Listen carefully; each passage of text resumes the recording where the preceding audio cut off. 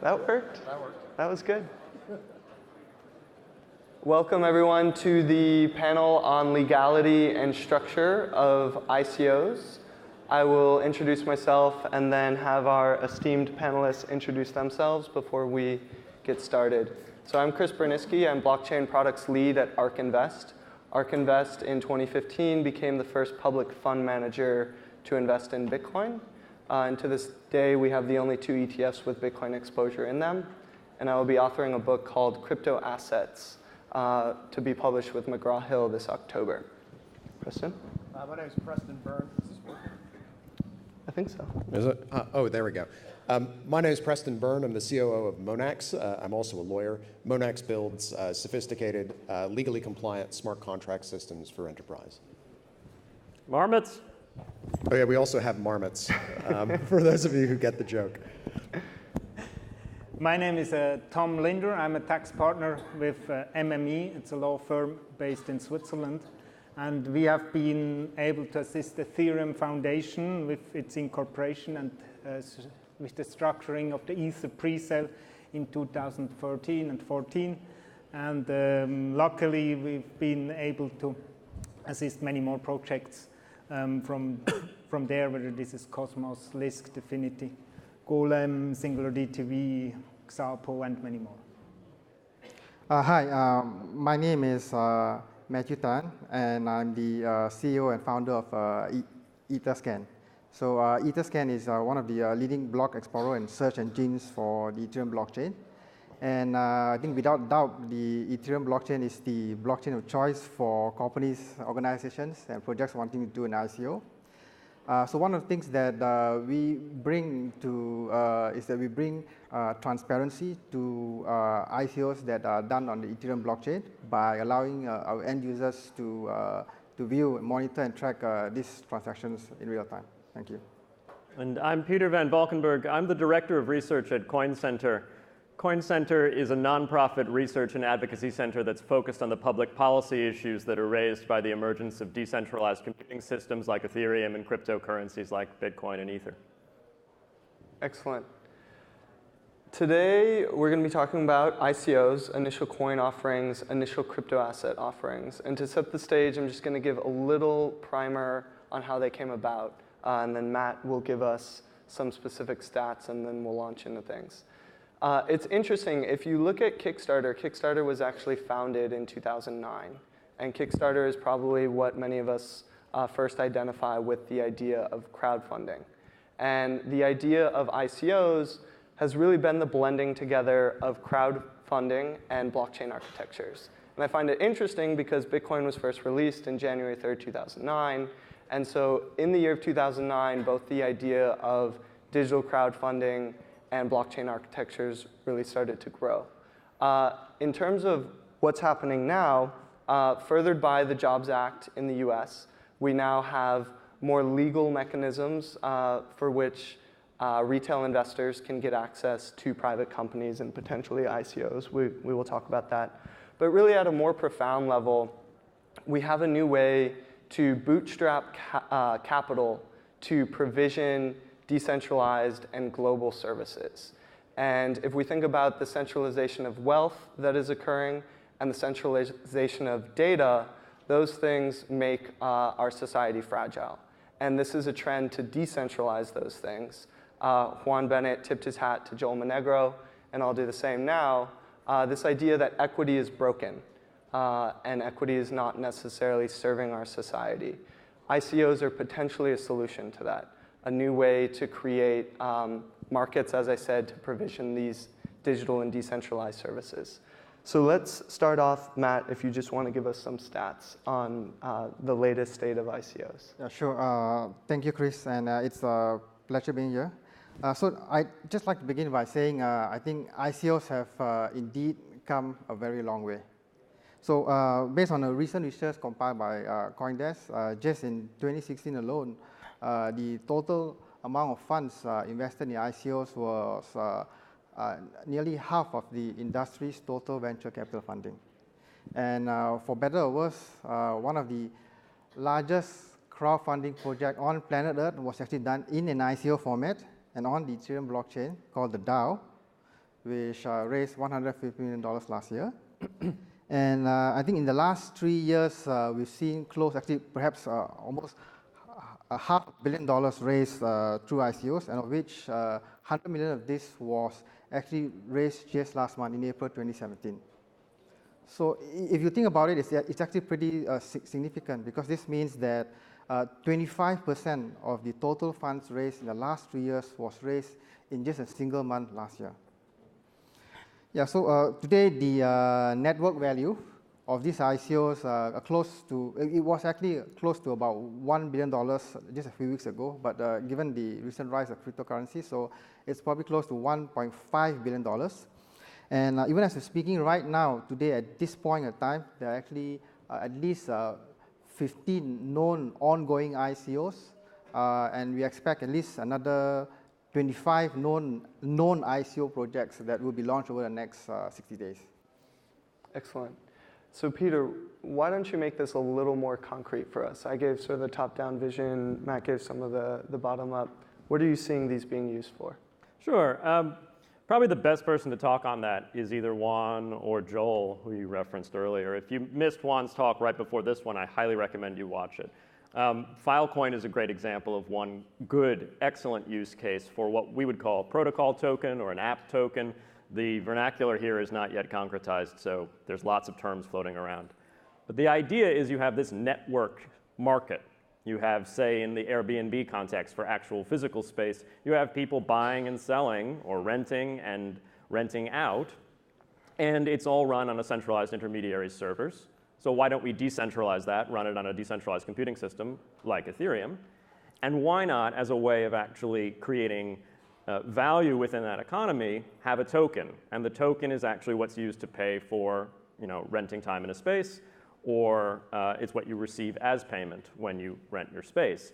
And this way, people who invest in the network, who either rent out their space, they accumulate the tokens, and people who want to use that networked good, they seek the tokens. If the network is good, the value of the tokens rises because there's demand for this better alternative to hotels and better alternative to Airbnb.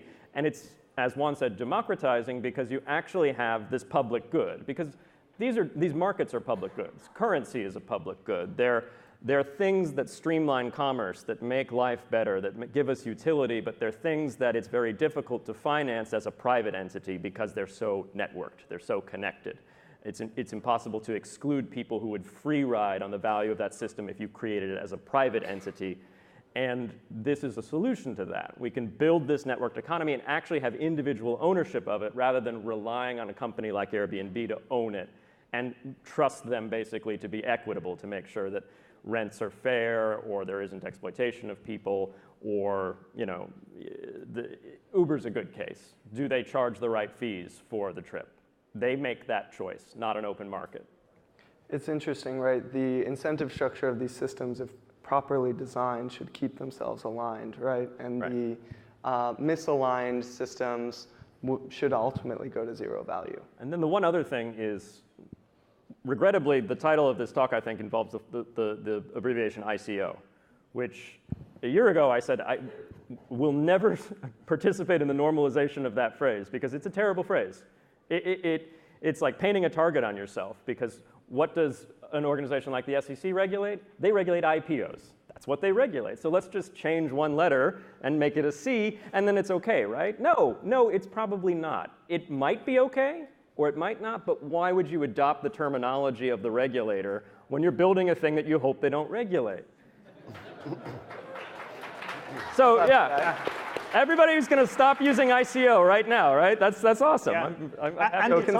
And it's also a wrong term for me, because there are different types of so-called ICOs. So like Ethereum, that was a foundation-based donation. So if you want to support the project, you donate to the project, and afterwards, if they get successful, if they launch the Genesis block, there will be a token allocation included in the Genesis block. But it's not an investment that you will get something in return, or that you will get your money back. And that's one way to do it, but you could also say that what people are buying is a product as well. They're buying a product right. before so it's there developed. are different types. So this is the foundation part, but just if it's it's in the donation, it's a donation. You will never get back your money according to the terms. So you should not see this as an investment. But certainly if it's a different type of ICO where you actually kind of buy a license to use a platform in return,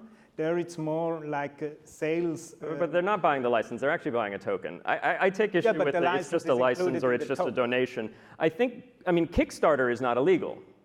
So it's not illegal to do a crowdfund where you promise to give people a commodity at the end of the day or a consumer product.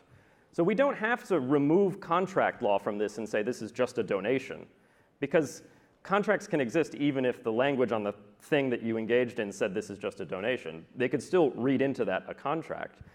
We should have contracts in this space. If you give money to developers who are building one of these platforms, you expect something in return. You expect, just like when you give money to a smartwatch developer on Kickstarter, a gigaw at the end of the day that has value and functionality. And sometimes that works out and sometimes it doesn't, but we don't regulate that on Kickstarter as a security issuance. We regulate that as a crowdfund for a product. Some of these app coins are products. They have utility like a smartwatch has utility. They have this added feature that the value of them will fluctuate, but so does the value of gold. If everybody wants more products made out of gold, if you bought gold, gold's going to go up. That doesn't mean you bought a security in the gold industry unless you actually bought a share of a gold mine. So there's a way to do this contractually to say, I'm buying a token from you that you're going to deliver at a future date when you've developed this network that's going to be good. And if it's not good, then that's too bad. But it's a product that I'm buying, not an investment. You buy it for the product and not the expectation of profit. Yeah. What do you think, Preston? That's complete nonsense. It's going to be good. Everybody knows. I was at the speaker drinks last night, and Ricardo and I were hanging out. And for those of you who know Ricardo from Monero, and we were just like, everybody knows that what this is, and this in substance and in form, are the sale of investments which people are purchasing with the expectation of profit at a later date. Nobody actually thinks that these are donations. And the SEC and other regulators around the world are going to look at it thus. They follow more or less, summarizing my experience of American and European law. Generally speaking, if the duck test is passed, which is if it looks like a duck, it waddles around and it quacks, it's a duck. If people treat it like an investment, then it's going to be treated like the regulator is an investment, because we have 100 years worth of regulation which says that there are certain types of bargains which ordinary people and sophisticated people are not allowed to enter into unless they've engaged in substantial diligence. Now Preston, hold on. Now, Preston, you suggested that the donation thing doesn't make sense. But what about the Kickstarter model? The SEC does not regulate a crowdfund on Kickstarter. No, they don't. But I don't buy a pair of sneakers with the expectation that I'm going to list it on Poloniex. So you very well might buy a pair of sneakers with the expectation that they're going to be listed on Gilt, on any number of the thousands of marketplaces that will resell valuable limited edition items. Potentially, but and they can go up in value substantially. I owned a bunch of Beanie Babies once, and that was a good. They could, but unfortunately for those who are making those arguments, the bulk of the precedents that are lining up behind this suggests that these schemes are in fact regulated by existing securities laws. But you're a fan of common law, right? And flexible judicial tests. You're a fan of the Howey test, for example, which has a way of making distinctions between what might be a product and what might not be. There's a body of case law that explains that some things are a product and are not, and that we make policy choices to only regulate products or only regulate investments under securities law because they're heavy-handed, not some products because we don't want to deprive people of the availability to get them, of the ability to actually use them. Maybe, but that's kind of... Yes, I got a maybe. You got a maybe, marmot. So I have a bet that I can say the word marmot 25 times. We're going to just let them say it We're at just the going to let end it sneak a bunch in of there a times. little bit. So maybe, but again, if we're talking about the Howey test, these are global systems. Law is a local rule framework. So if we're going to do, for example, an accredited offering to 200 people, of whom 50 are in the United Kingdom and the remaining 150 are in the United States. We may be able to get under safe harbor under Rule 506, but that's not going to get you around the prospectus directive. You've jumped. What I'm suggesting, jumped around the Howey test to other ways to get out of the securities law. No, well, what I'm suggesting is that the ICO phenomenon is trying to do something really, really easy that's actually supposed to be hard, and there's a very good reason that it's hard. Because professional investors dealing with advanced technologies have the capability, in some cases, not all, to do the proper diligence on their projects. There are, of the number of ICOs I see in this space, there are vanishingly few, and they know who they are, that I actually respect.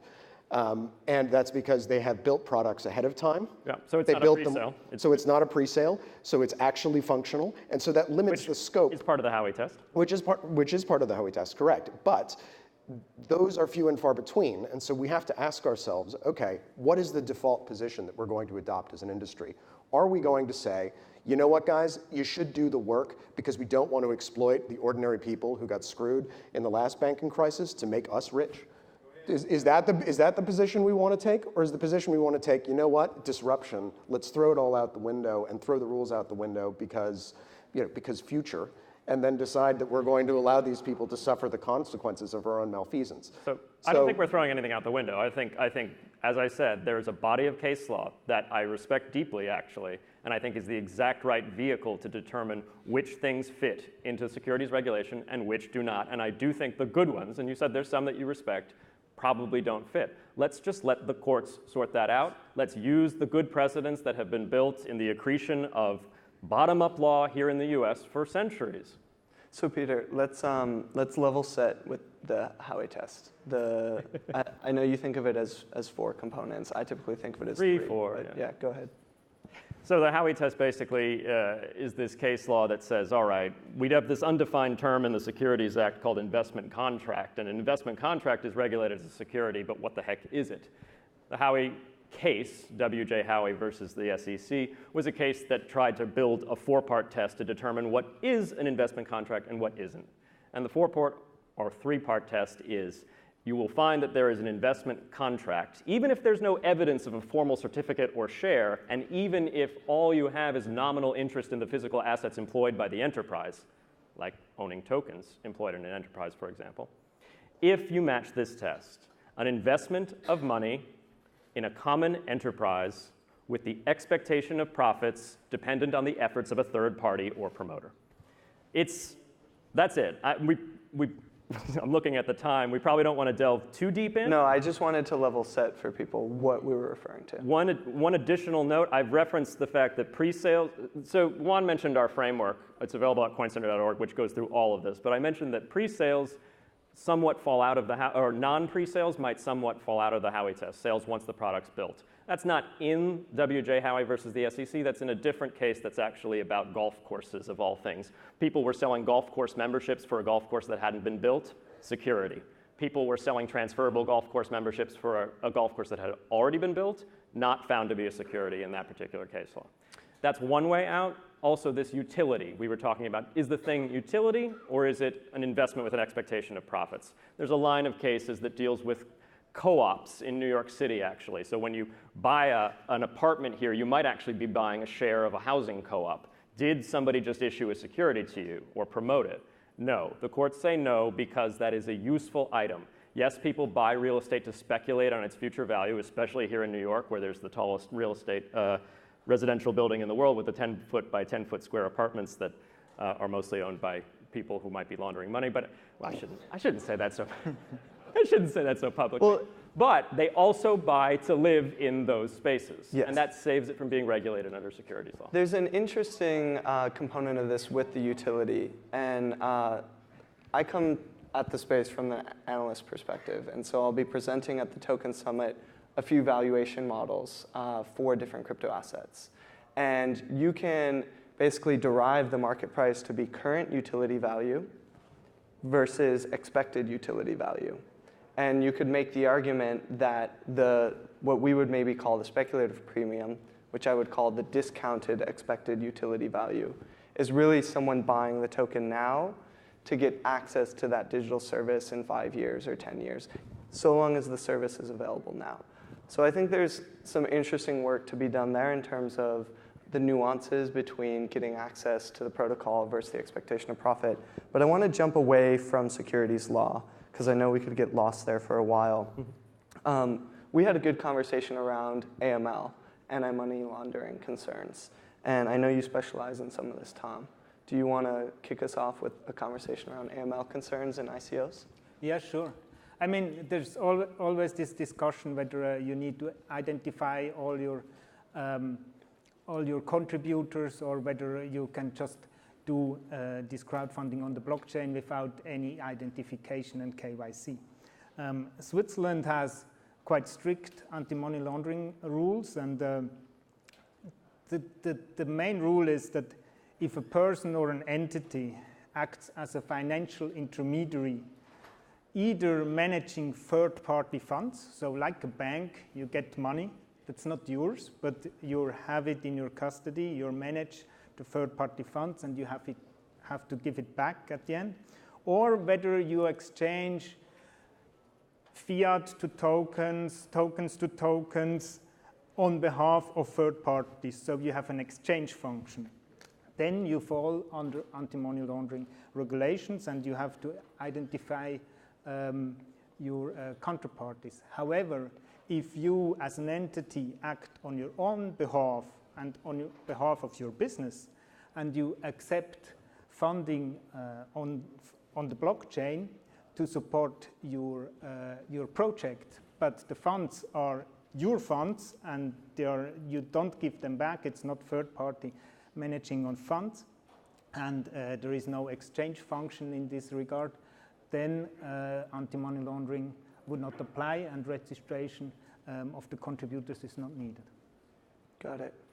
And Matthew, you had considered doing an ICO, or had not considered doing an ICO, but a year ago were thinking about ways to fund your company. And I remember you saying you looked briefly but chose to not go that route. What was your thought process as an entrepreneur of a company?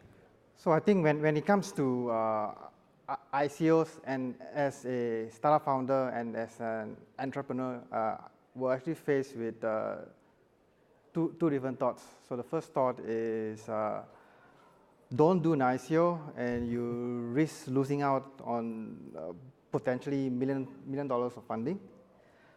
Do an ICO and you risk going to jail. So I think that's it's I guess that's what you call a catch-22. Just bad. Yeah. So I think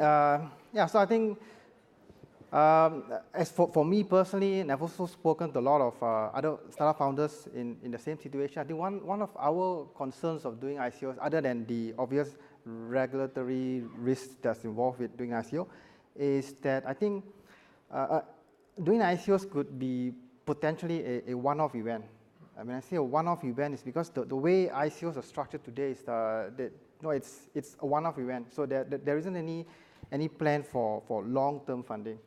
So you basically set a cap, you do an ICO, and once you've raised it, then you sell the maximum amount, and that's it. So what happens when you need future funds? I was speaking to some investors at least a couple of months back. I think there was always this. I mean, doing an ICO so early on could actually potentially limit your opportunity for raising funds down the road. So I mean, investors are still not too clear as how that will play out in the long run. I do believe that this will change, but at this point in time, this is where it is. Mm-hmm. I agree there's a lot of work to be done, and different people are playing with different models. If you look at Aragon, there's a bit of a vesting schedule, or Gnosis clearly has a reserve. I think there's a lot of work to be done in this balance of maybe escrow accounts over a 10-year basis where you slowly release, and therefore the market knows when you're going to be doing your secondaries, basically, so that you don't have supply shocks in the market. Yeah, I totally agree. So I think the other thing that they were seeing as far as, so I think in the, traditionally when you raise funds for a startup, you're sort of required to have a vesting schedule in place. So I think we're definitely seeing this happening also with tokens, whereby so it used to be the tokens would be issued outright to the founding team. But right now what we're seeing is that it's probably good practice to have in place like a vesting schedule where the tokens are released over a longer period of time to the founding team and advisors. Exactly.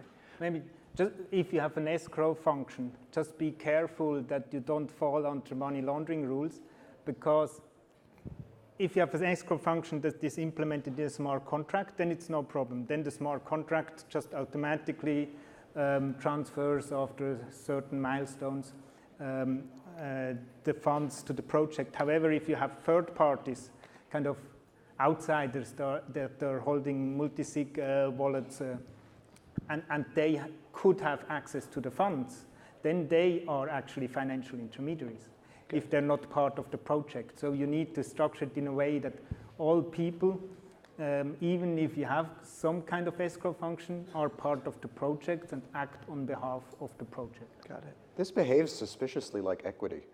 It really does, with vesting schedules and things like that, which really tells me everything I need to know.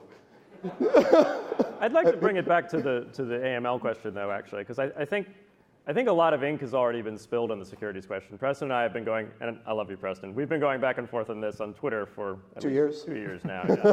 And it's the best years of my life.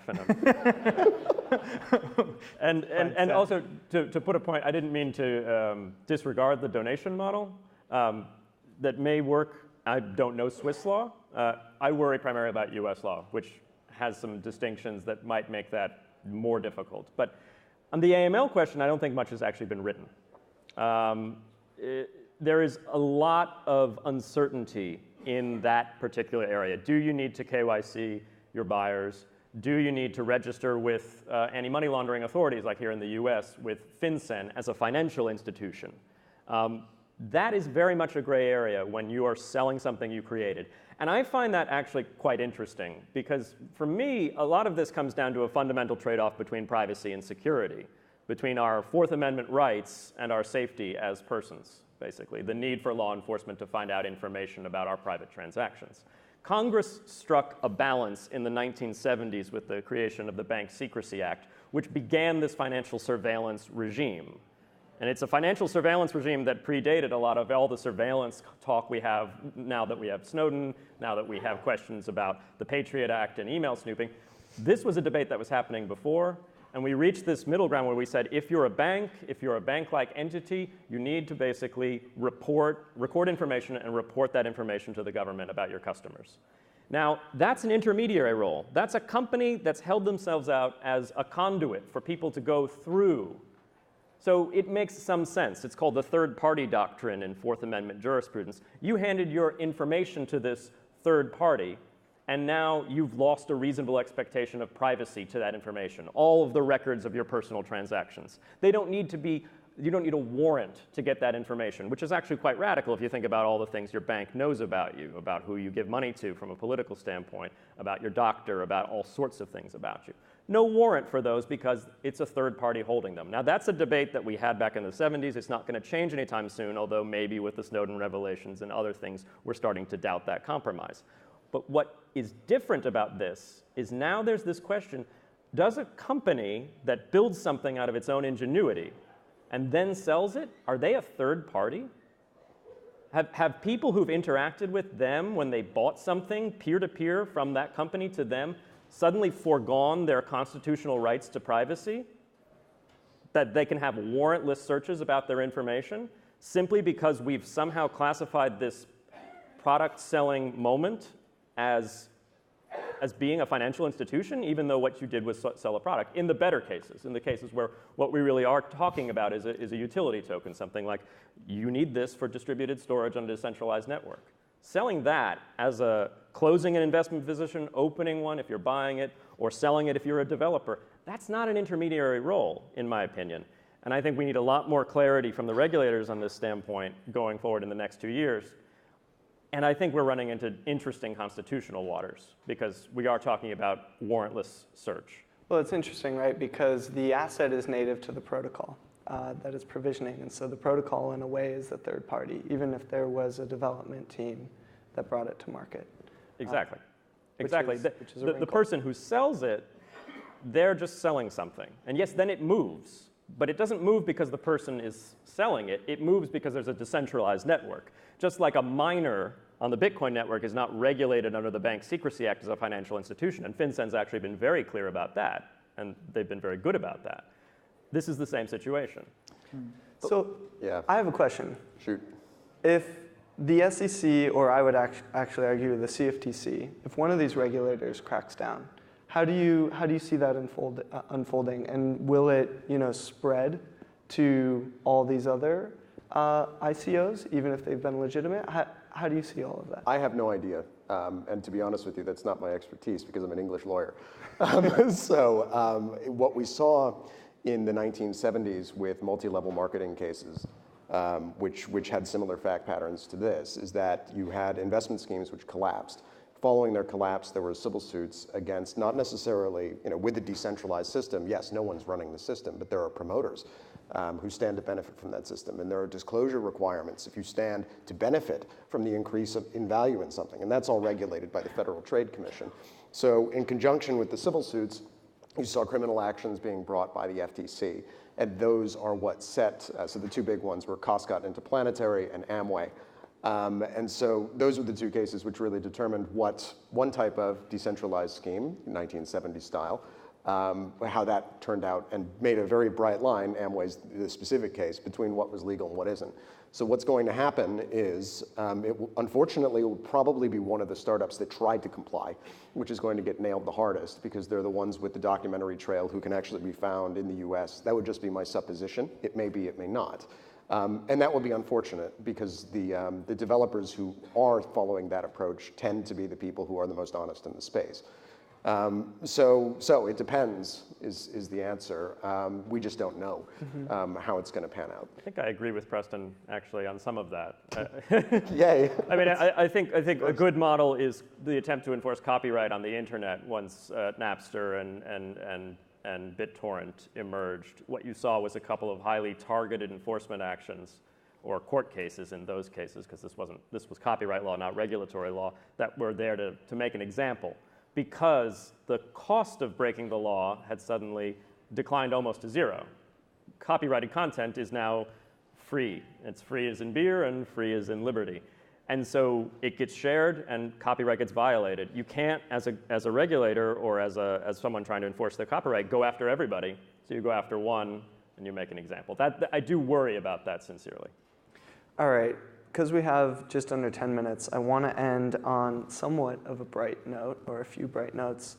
What would be, and we'll go down the whole line, what would be the best practices, say 3 to 5 best practices that these ICO teams should follow in the period leading up to the ICO and during the ICO? Don't do an ICO. Do what Blockchain Capital did and do a securities offering on a blockchain. There are efficiencies to be had there by using the tech, which has been the thesis of at least the permission blockchain universe for a while. And there are benefits to having public records of things that you can verify independently. So I would say don't do an ICO. Go call up Norton Rose or Allen & Overy and go get them to do a securities issuance and use a blockchain as your back end. Got it. Tom?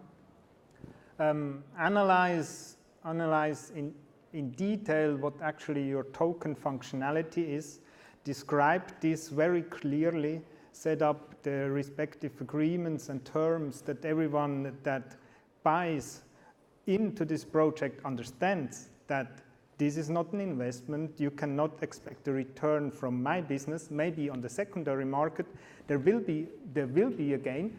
But if someone goes to the gas station and buys a gallon of gas and keeps it at home and maybe the price goes up, he is not involved in a business with the gas producer or the oil company.